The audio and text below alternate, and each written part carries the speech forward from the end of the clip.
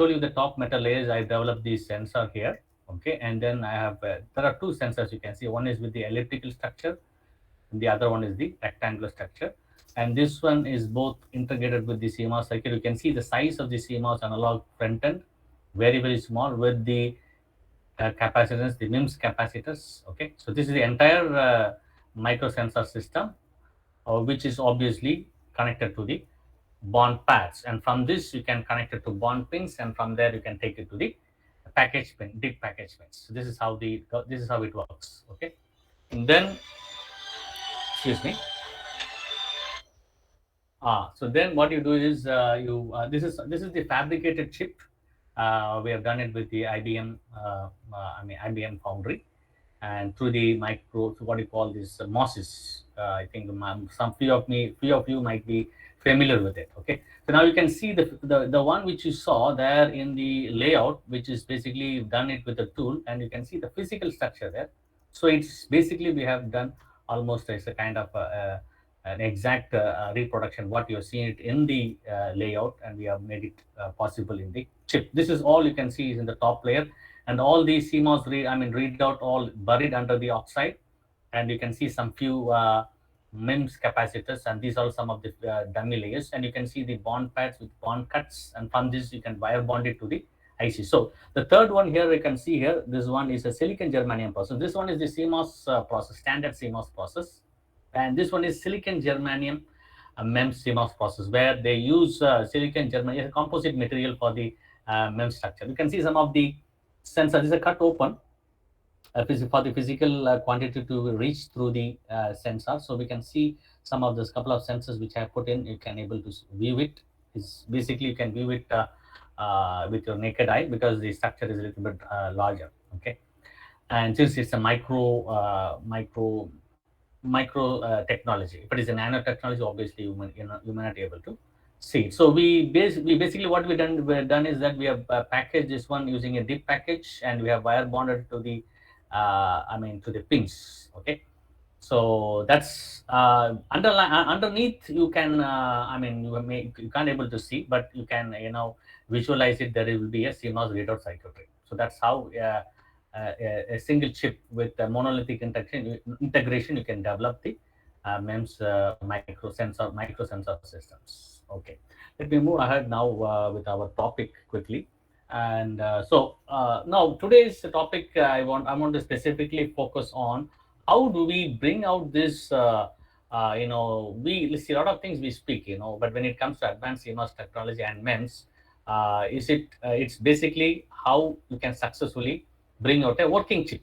That's the major task in this. Okay, so we can have a lot of design styles you can have, and you can have a lot of design approach, but how best that you can bring out a working chip, because most of them I can see that even most of my seniors who did at Mass University who has done the fabrication, most of them 99% it won't work the chip, because there are few design techniques, there are a lot of challenges are there.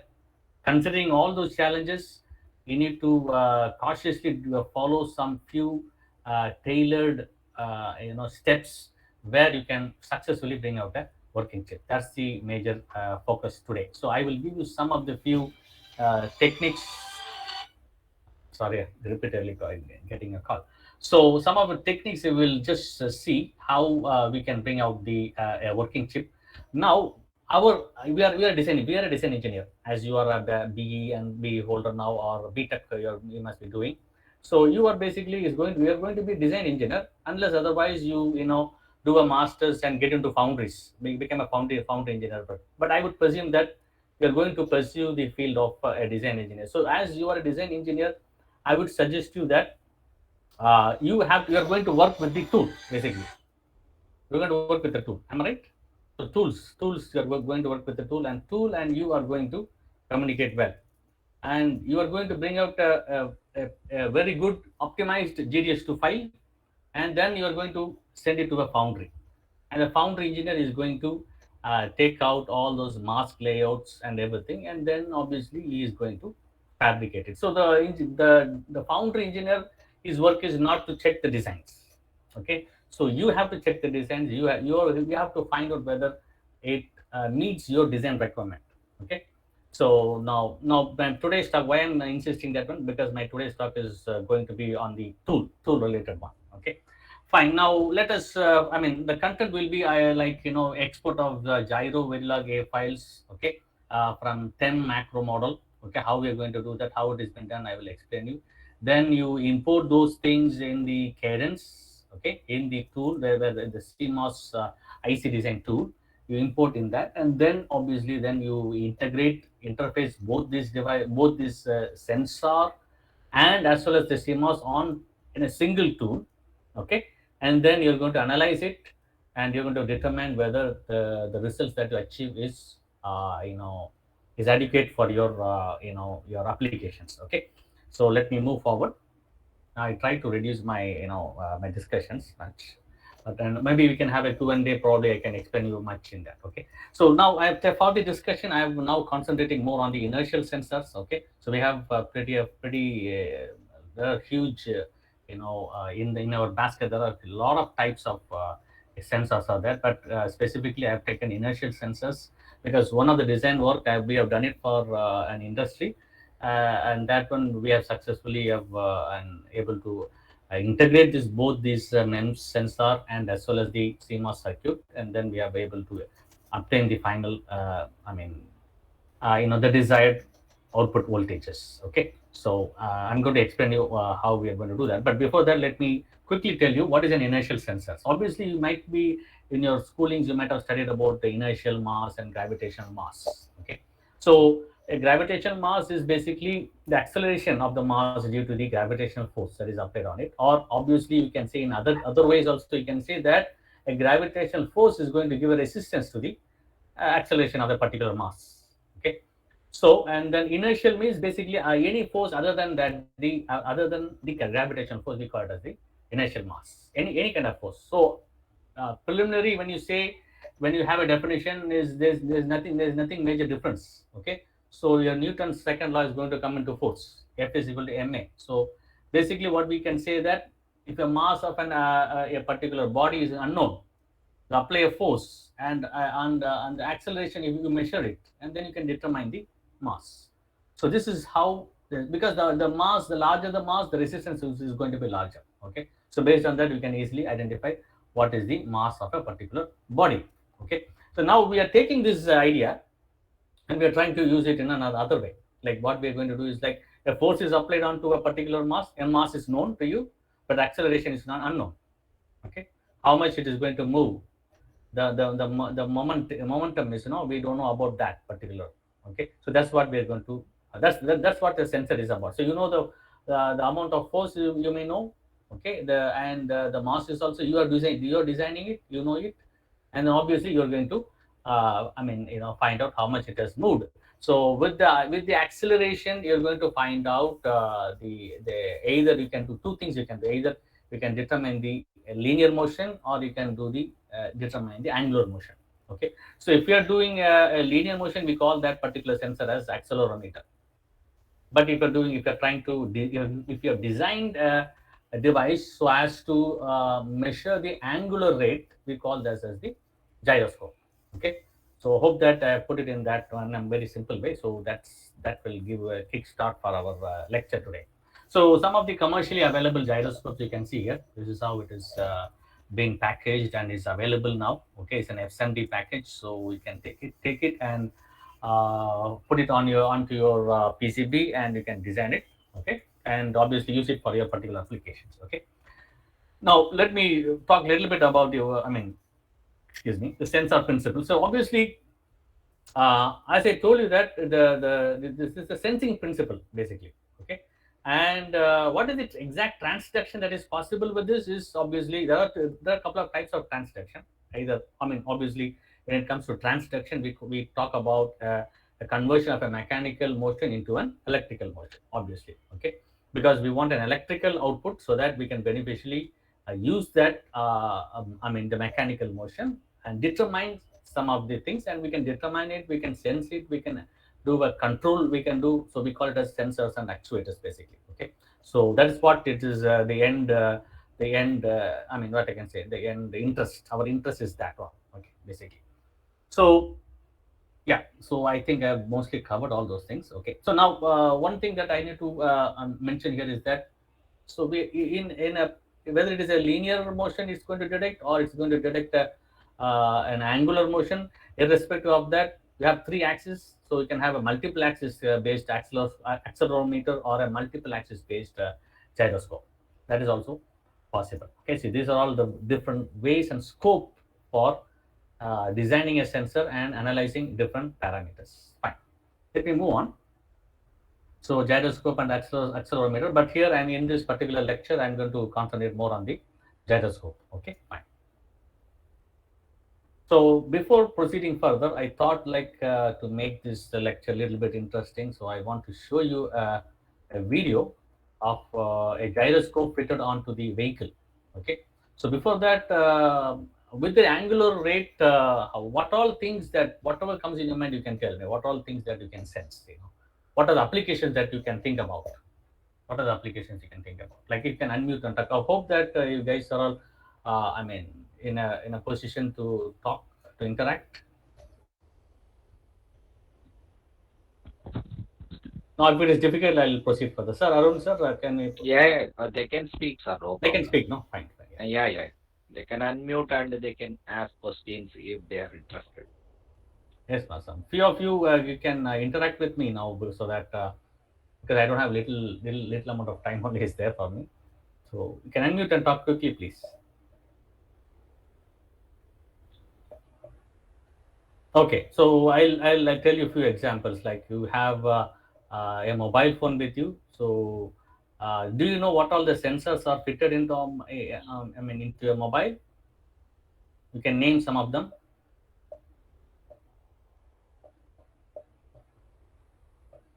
Yeah, whether you are asking related with ICs or what are all the modules available. No, sir. I'm talking about the sensors. What types of sensors are there fitted I mean, in the In the mobile, mobile.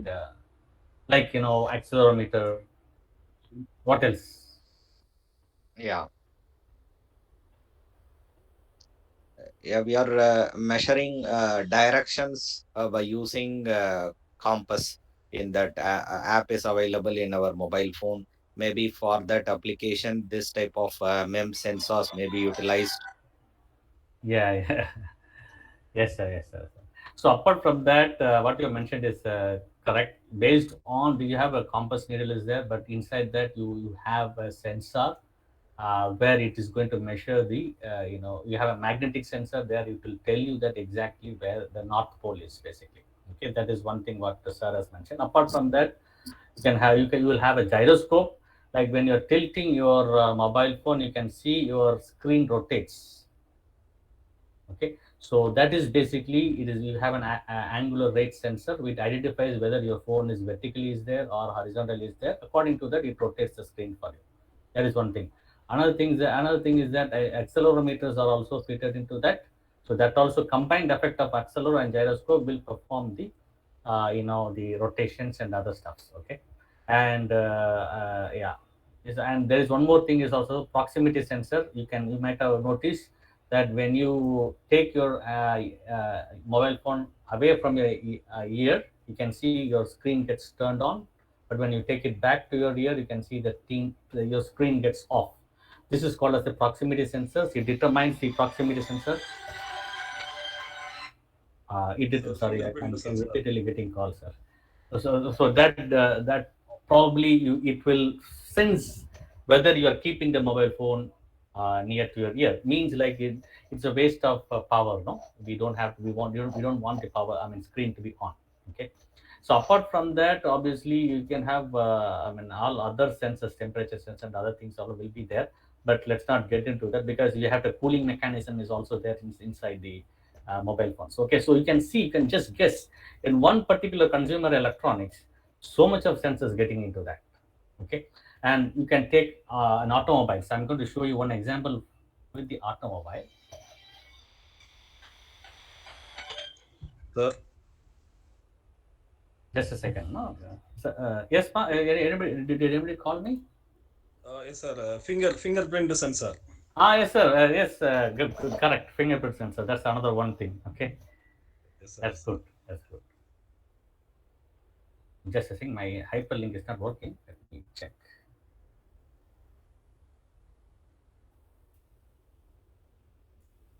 Yeah.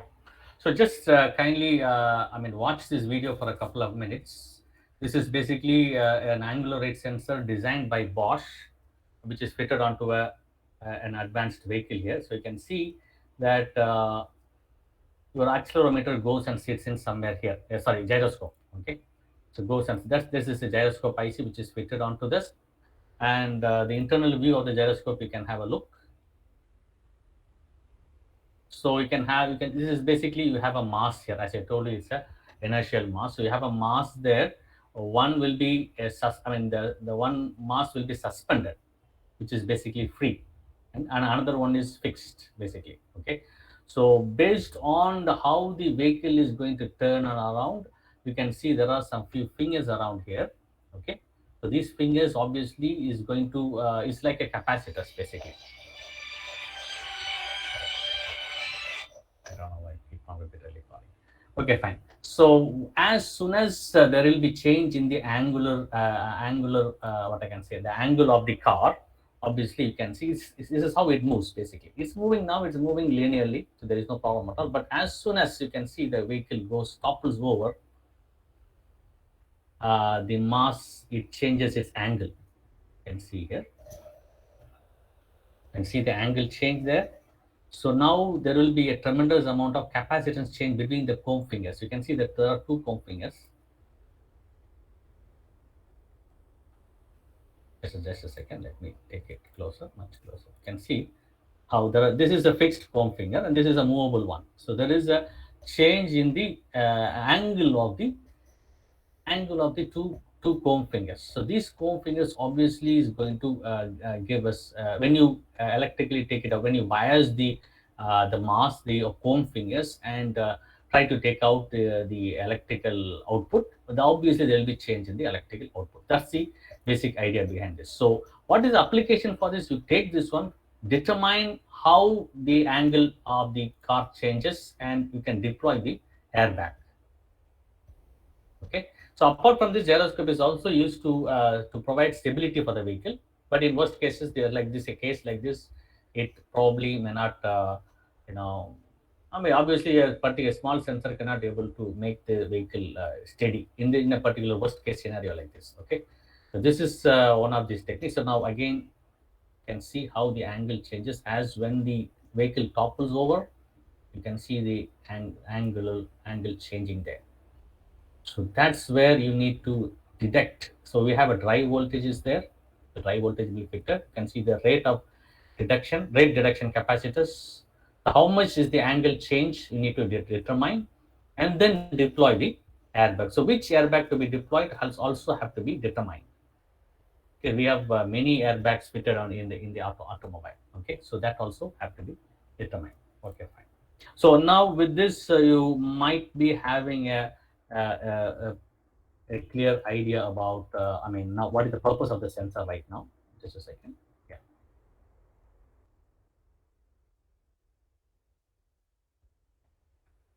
Okay, now that's where the examples I just showed you. Now let us continue. So here in this example, and in this lecture, I'm going to take a single axis gyroscope. You can have three axes because the vehicle can go in any axis, it can change. But let me take here that I'm going to design only a sensor which is going to change in only one axis. Okay. So now, so in the gyroscope which I have taken, it will have two masses. Okay, and that will be oscillated. Okay, so it will be oscillated both towards the center. All the both masses will be oscillated towards the center. Okay, so that it will be balanced. Okay, and then from this, obviously, there is one thing that I need to tell you. But anyway, I will tell you in the next slide. I have to tell you that because I told you that there should be a force.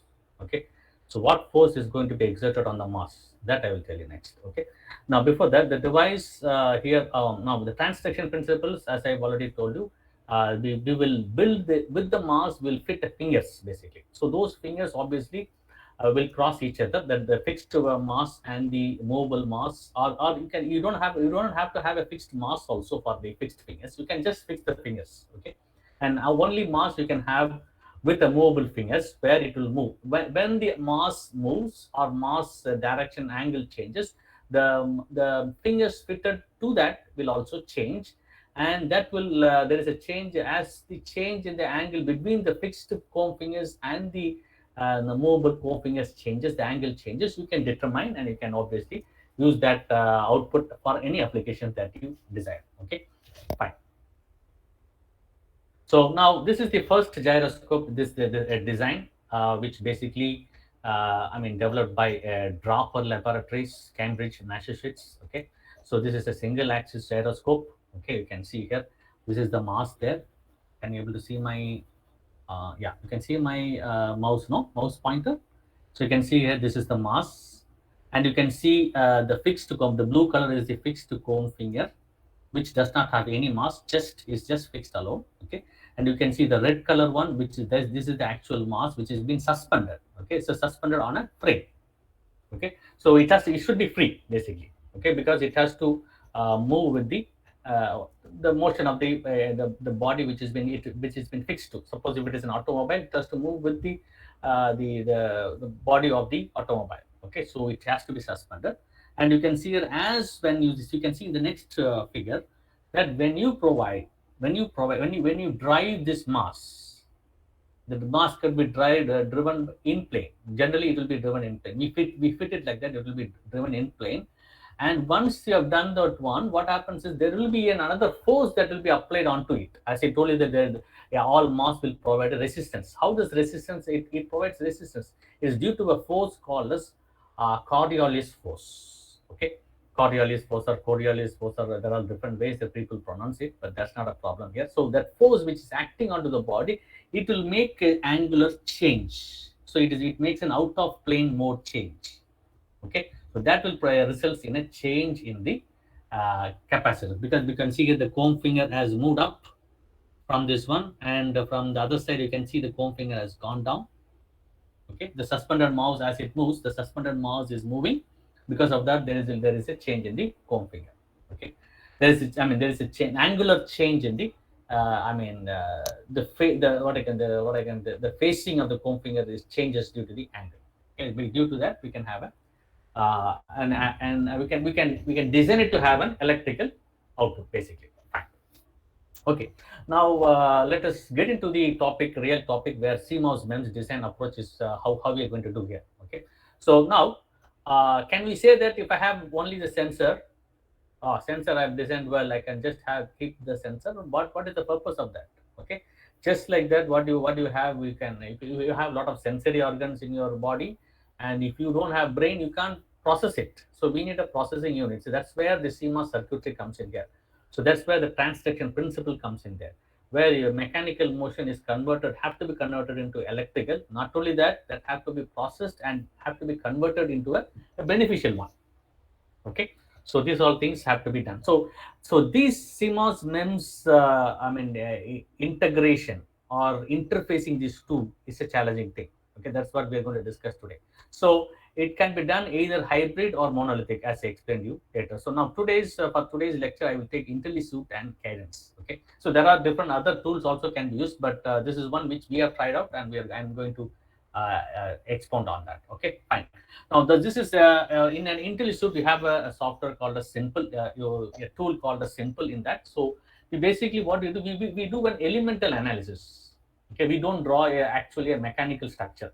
So, just like in a schematic entry, where in your CMOS, in your LT Spice, what do? You pick up your devices and interconnect it, and then simulate and check. Similar to that. Okay, an elemental analysis, you can see for the beams and all, you can have a structure like this, and for the corner structures you can have structure like this, and wherever you want to anchor it, where there is no, because it's a mechanical device basically. So you have to provide a moving edge and a fixed edge. Okay, so those things we need to provide. So you can see a structure like this is a tuning fork type of a gyroscope, where I have two masses. So two masses is fitted there, and you have two comb fingers, which is fixed comb fingers are there, and this is where it is anchored basically. This is the anchored region, and then these are all free end. Okay, so basically your mass is basically suspended. Okay, so if I have to you can see here, if I have to convert this into a a 3D structure. This is how I will get. So I can see here. So these are all basically a beams. All these are all beams, and these are all masses here. And this is where the anchored structures are there. Okay, and this is where the comb fingers are there. Okay. Now using this, I can do both AC analysis and DC analysis, and I can do transient analysis also. All those possible, because that is what the simple tool can provide for me. Okay. So let me move on. Yeah. So what we are basically do is, what I will do is here is that we use simple, and we try to do an element analysis and do a transient and AC analysis. Okay, and then we move on to the 10 macro model. That is a particular different tool that has been, I think, hope that it will be integrated with the simple. So what is 10 is basically thermo electromechanical. So we can do both electrical and mechanical analysis using that. Okay, so now you use that one, and then from the from the 10 macro model, it will create a macro model for you, because simple is not a macro model, it is just a structure it will give you. Then from that you develop a macro model, and then from there you can export using your EDA linker. You can export f sign, f constant, and gyro. So why, what is f sign? Because obviously when it comes to tool, you can't provide a mechanical vibration. So instead of mechanical vibration, what we do, we electrically excite it using your f sign. Okay, so AC sign is what we can give. And then obviously for a DC voltage, for biasing voltage, you need to provide a constant voltage. So that you can do it with your F constant. And obviously another one is your gyroscope, that's a sensor device. So all these three, which will be designed in the IntelliSuite, have to be exported as a Verilog A file.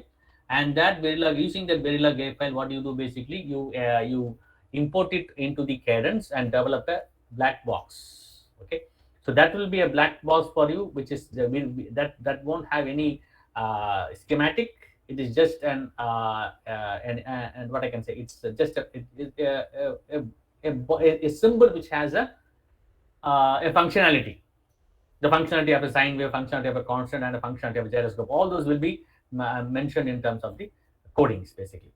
And with that, you take the output, and we need to design a CMOS circuitry separately. And the beauty is here, in the CMOS, in the Cadence, or in any tool, any IC design tool, you can just integrate this both, and you can really realize the CMOS MEMS integrated simulations, and simulations and verifications you can do.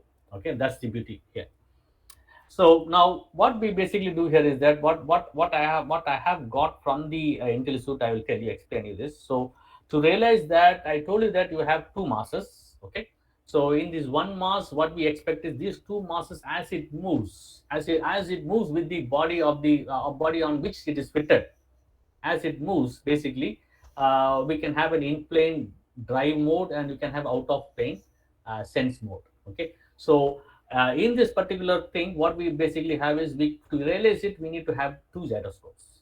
It's not possible with one gyroscope. So what we do is, basically, one gyroscope we take, and the mass that it moves in one particular axis. In this case, I will take x-axis. Okay, so in an x-axis, when it moves, one gyroscope, we take that, give it as a feedback to a particular element called as correlation force, because the correlation force is in turn in a real world, in the real physical world, the correlation force automatically it exerts onto the other mass, but we cannot realize that in the tool. So we need to have a separate program to be written for the correlation force. Okay, and you take the one of the mass acceleration, give it as an input to the correlation force, and from there you make an excitation. You can provide that excitation to a second gyroscope, and then actually determine the actual motion, actual angular rate motion. Okay, you got the, excuse me, you got the point what I'm trying to say? Hopefully. Okay, anyway, so what we basically have is that I will have two outputs, output 1 and output 2. So output 1 will be the output of the correlation force, which is going to be applied onto the first representative. Okay, and output 2 is the anti-force that is going to be applied onto the opposite in the second one, because I told you that there will be it should be balanced. The two masses have to be balanced actually. Okay, so that's how we take that force, correlation force, and then we have an anti-force onto that and apply into the other gyroscope. Okay, fine. So the output of the second gyroscope is going to be your actual measurement of your angular rate, basically. Okay, fine. Let me move on. So now I've taken the Verilog A file. This is what we have done. So we have exported all the Verilog A files of all the three, in fact four actually. Okay, because one is F sign, and another one is your F constant.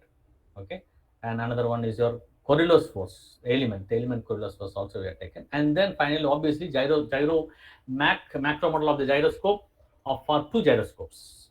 So all those Verilog A files we have taken. I hope that I have still time. Yes, fine. So all those Verilog code, Verilog A files has been taken out using a EDA linker, and then obviously create symbols in your cadence. So this is how we have done. So we take F sign, we import it, and then create a symbol for F sign, and we create a symbol for F constant. So F sign itself, we can understand, this is basically the frequency that has been given, electrical frequency, because sinusoidal waveform that is going to be given to the gyroscope macro model, because we are working in the electrical domain, not in the mechanical domain. That's it. That's why I was talking about the challenges that we have when we try to integrate the sensor, because sensor is a mechanical device and CMOS circuit is an electrical device. So it's a cross-domain, technology, the cross-domain operation, basically. Okay, so we need to somehow realize the mechanical motion, mechanical, properties, and convert that into an electrical property and try to analyze it here. Okay, so we have F sign here as a symbol here, and whatever we have realized it and whatever we have optimized in IntelliSuite, we bring it here, same symbol. Okay, so you have F sign here, and then you have F constants. We take it both, and then obviously we will have the correlose for symbol. Okay, and obviously this is in, and two output will be there. Okay, one is the F sign, which is the same force, and another one is the what you call the anti-force, basically. Okay, so okay, fine. Now apart from that, gyroscope, what all gyroscope will have, let me explain you this. Obviously it will have a comb finger, so that comb finger's output is this cap CCAP cap IT02. Some names they have given here. Okay, so apart from that, you can see here ZZ, YY, XX. Okay, so each gyroscope have two masses. So it will have those two masses will have each three axes. Okay, so is x for one mass, one mass is x direction axis, and another mass x direction, and one mass is y direction, another mass y direction, and one mass x direction, and another mass y direction. Okay, and then you will have the bias potential pins, where you need to provide the bias voltage. Obviously, capacitors, if you want to realize it as an electrical output, you need to bias the capacitor. Okay, because there will be change in the as the change in the capacitance occurs, there will be change in your charge stored in that, and that would result in the current flow, change in the current flow. Okay, so we know that C is equal to I dV by dt, and Q is equal to CV. So all those things put together, so you will get your. So I'm just, the other one is hiding here. So this is macro model 1 and macro model 2.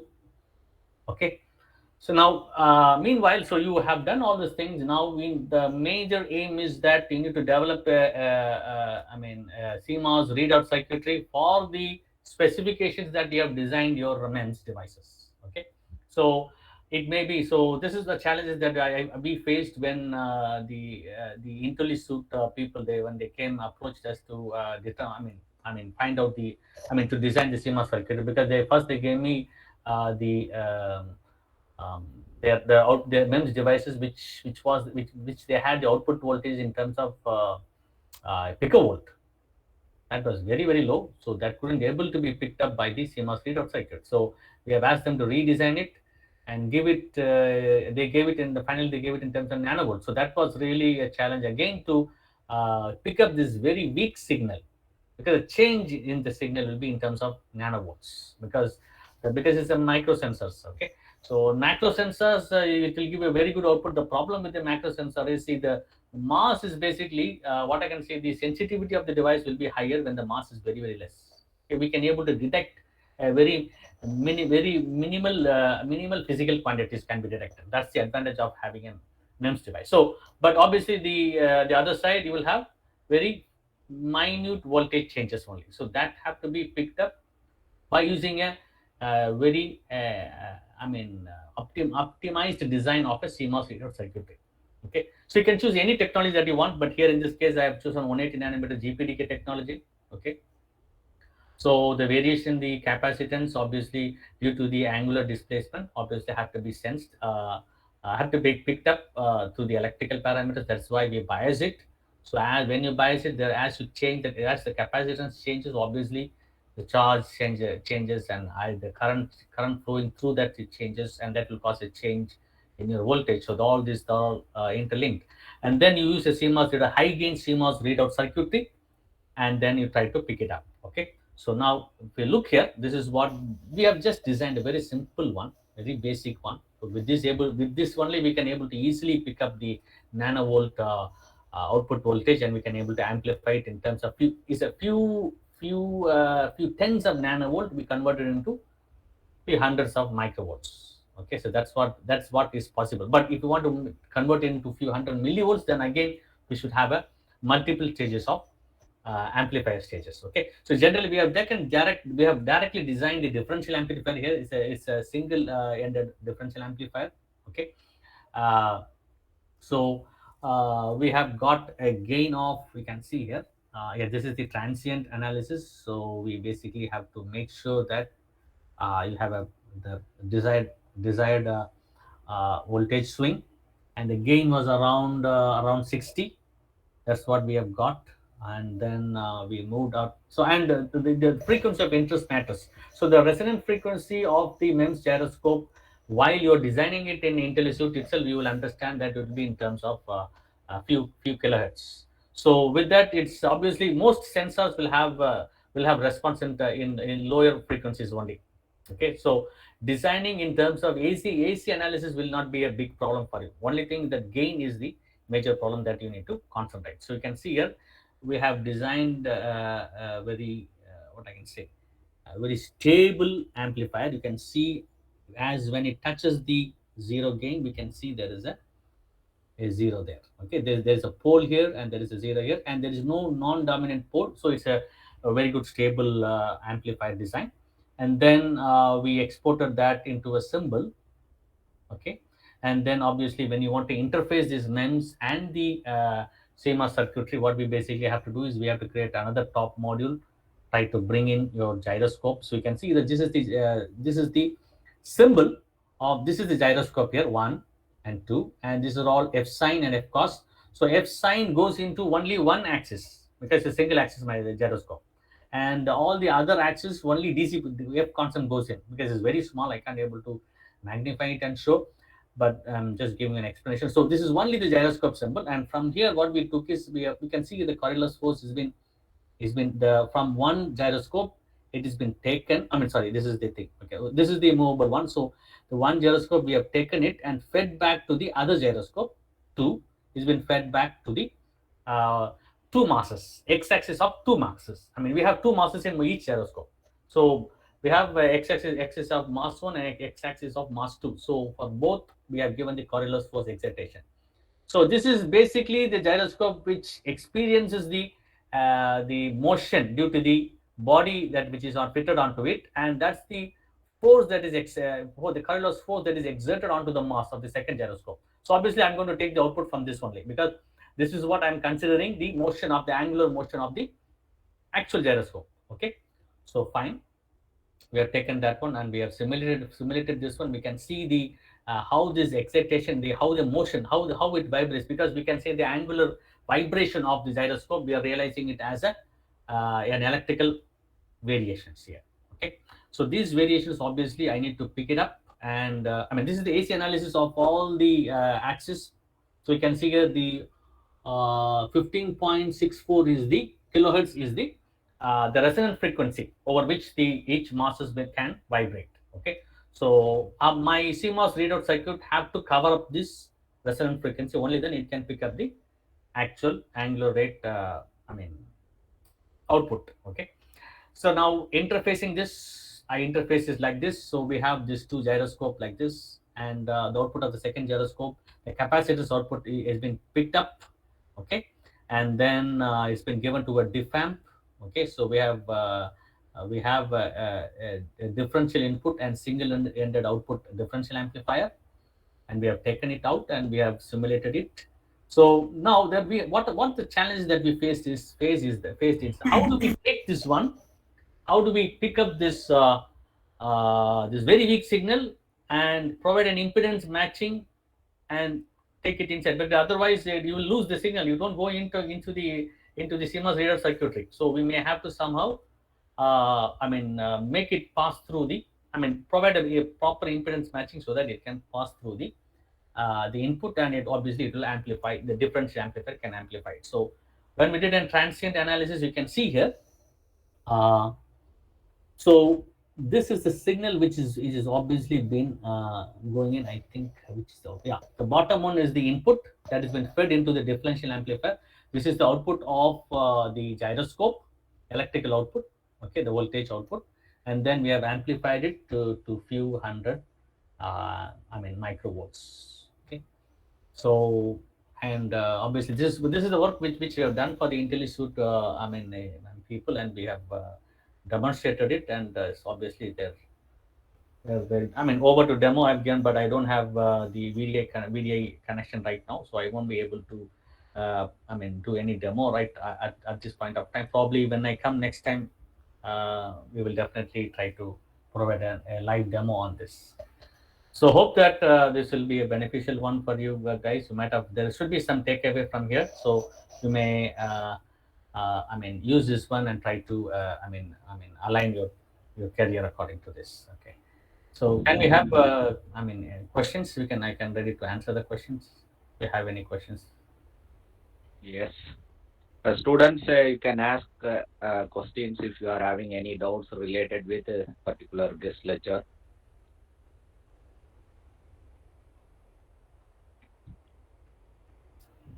Obviously, we actually Arun sir actually called me for a physical lecture, which might have been more effective, but due to some schedules, tight schedules we have at the university, I couldn't make it. So probably, Yes, sir. hopefully, we'll try to. And thanks for the invitation, sir. Thanks for the opportunity. Yeah. Sir, before that, Yes, sir. I have few queries related with your session. Yes, sir. So one is here the MEMS ICs are working in terms of mechanical variations. Exactly. So Yeah. that will be converted as a electrical variations. Hmm. Okay. So here one of the parameter you said capacitance variation will give us an output of electrical variation. Hmm. Okay, mechanical to electrical. Similar Exactly. manner, whether we have some other options to convert mechanical to electrical. Very good question, sir. So I think I missed somehow to mention that one also. So generally, what we have is we have another type of transduction principle. Here is resistance. Obviously, you know that about piezo resistance. Piezo resistance we can use, and we can able to pick it up. But for gyroscope application, that is not widely used. The reason for a couple of things are there. One is that capacitance it doesn't have much of a temperature dependency. Dependency is not there.